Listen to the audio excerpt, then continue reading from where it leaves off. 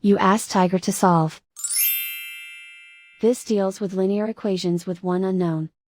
The final result is x equals 3. Let's solve it step by step. Swap sides. Group all constants on the right side of the equation. Subtract 6 from both sides. Simplify the arithmetic.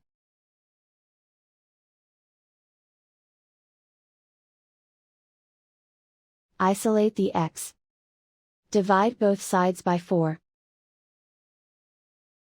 Simplify the fraction. Find the greatest common factor of the numerator and denominator. Factor out and cancel the greatest common factor. And so the final result is x equals 3.